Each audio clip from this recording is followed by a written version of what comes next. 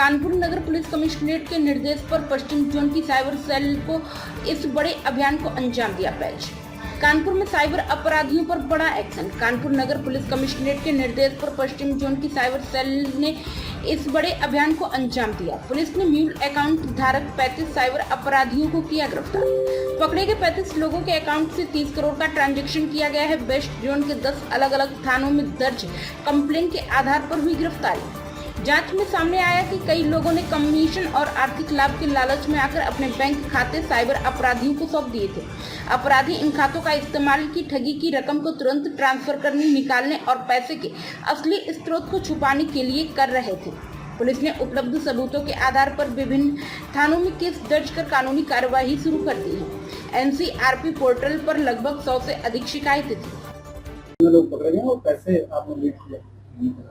देखिए, इसमें साइबर मुख्यालय द्वारा एक अभियान चलाया जा रहा था जिसमें जो म्यूल अकाउंट्स होते हैं उनके खाता धारकों का सत्यापन करना और उन खाता धारकों के विरुद्ध कार्रवाई करना। इसका अभियान चलाया जा रहा था। इसमें जो हमारे सभी थाने थे, इनमें जो म्यूल अकाउंट्स की डिटेल्स हमें प्राप्त हुई, उन सभी के खाता धारकों का सत्यापन किया गया, उनकी केवाईसी के बारे में पता किया गया, उनके जो अकाउंट स्टेटमेंट्स हैं उनके बारे में पता किया गया और उसके आधार पर टोटल 35 व्यक्तियों को गिरफ्तार किया गया अलग अलग थानों से। इन सभी थानों में इनके विरुद्ध सुसंगत धाराओं में अभियोग पंजीकृत कराया गया है। ये जो टोटल म्यूल अकाउंट्स से इनमें जो टोटल अमाउंट है जो कंप्लेंट का वो अराउंड 30 करोड़ के आसपास है और इन पर एनसीआरपी पोर्टल में लगभग 100 शिकायतें हैं जो अभी तक हमें मिली हैं।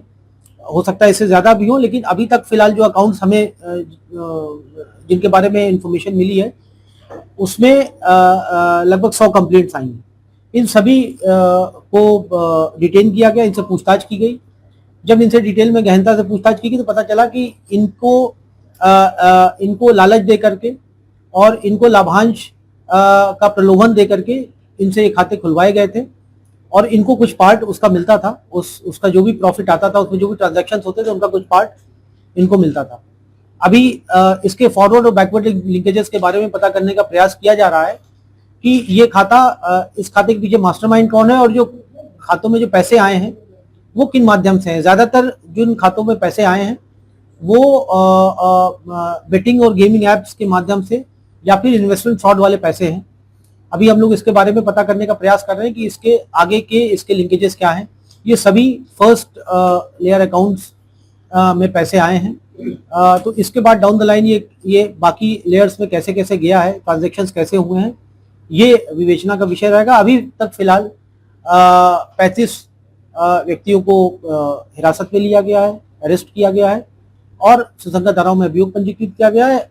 अग्रिम कार्रवाई की जा रही है। ऊपर क्या पुराने आपराधिक मामले या शहर से भी बाहर के लोग हो सकते हैं?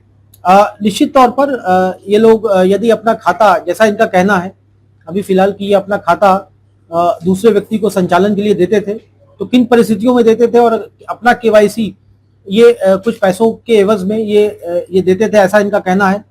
लेकिन अभी फिर भी इस चीज की जांच की जा रही है और गहनता से जांच की जा रही है और इसमें जो लोग शामिल हैं उन सभी लोगों के विरुद्ध भी इसमें कार्रवाई की जाएगी। कुछ गेम ऐसे हैं जो कोर्ट द्वारा रोक लगाई गई, क्या बरामदी की गई?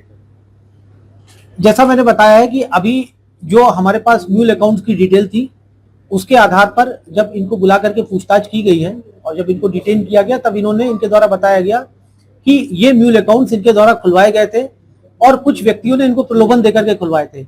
इनकी एटीएम, चेकबुक, क्रेडिट कार्ड ये इनके पास नहीं होता था। ये व्यक्ति जो खाते खुलवाते हैं ये वो ले लेते हैं, लेकिन मूल खाते इनके नाम पर है। जिन व्यक्तियों ने इनसे कार्ड लिया है उनकी भी शिनाख्त की जा रही है, उनकी पहचान की जा रही है, तस्दीक की जा रही है और शीघ्र ही उनकी गिरफ्तारी भी सुनिश्चित की जाएगी। प्राइम संदेश न्यूज से संवाददाता मयंक सैनी की रिपोर्ट।